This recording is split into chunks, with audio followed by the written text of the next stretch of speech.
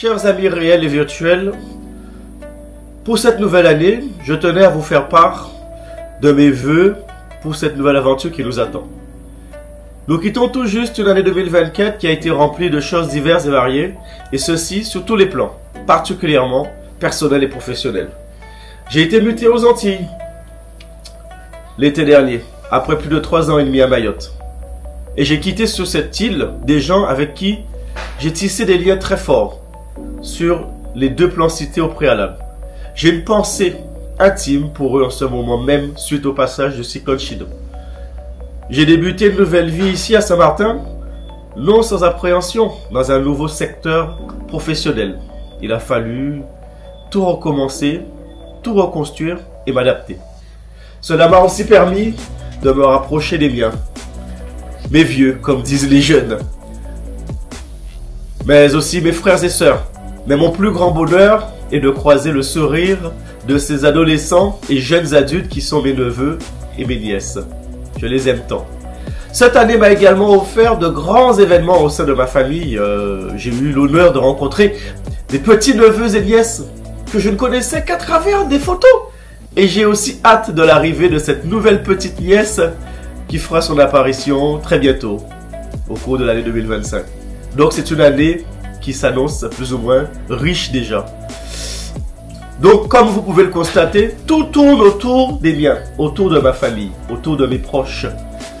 Cette famille que j'ai quittée il y a 28 ans. Oui, 28 ans à ne prendre part à aucun événement familial. Donc, je vous laisse deviner le bonheur d'être près des miens en étant aux Antilles. Ça m'a vraiment manqué. Mais revenons à cette nouvelle année qui se pointe. Donc, ce sera dans quelques heures. Voilà. Aux Antilles, il est 9h, 7h, 8h moins le quart. Et en métropole, il est 22h, 23h43, je sais pas. Voilà. Donc, que me réserve cette nouvelle année? Je me souhaite tout d'abord la santé.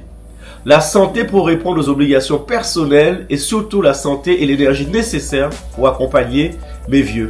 Sur tous les sujets qui leur sont propres et aux urgences qui s'opposent à eux et parfois malgré leur grand âge.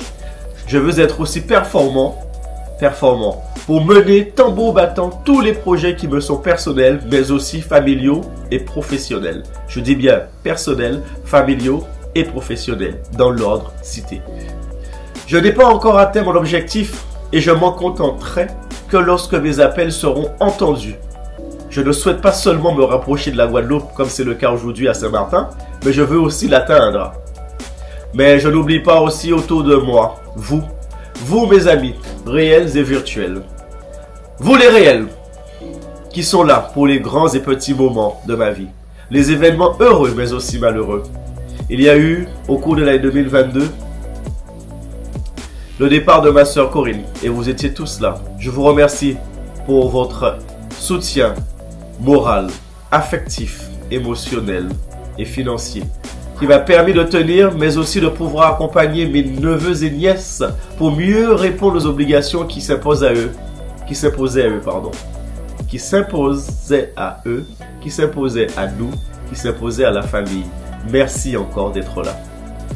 Il y a vous aussi, les amis virtuels des réseaux sociaux. Ceux-là même qui parfois, dans la journée, apportent un petit moment fleurissant qui permet à la journée d'être moins compliquée, moins triste, qui permet de faire le vide de nos petits problèmes, ces petits moments, ces petits gestes que vous apportez sur les réseaux sociaux qui nous permettent d'oublier un peu un tracas, une dispute, un patron, un supérieur. Voilà, merci à vous aussi d'être là.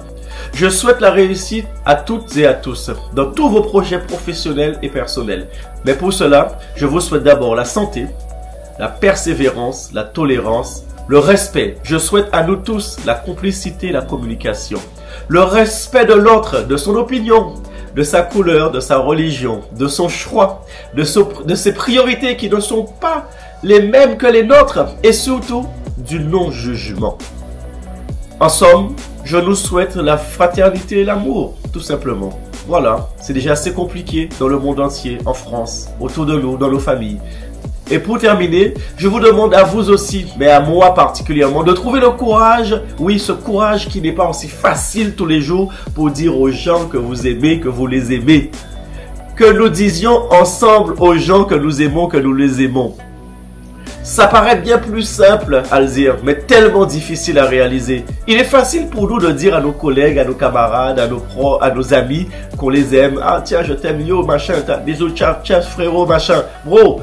Mais alors, quand il est question de dire à nos parents, à nos proches que nous les aimons, c'est une épreuve. Alors, je vous souhaite à tous et à toutes ce courage qui peut faire du bien, qui fait du bien dans le cœur de nos proches, de nos parents, mais à nous-mêmes.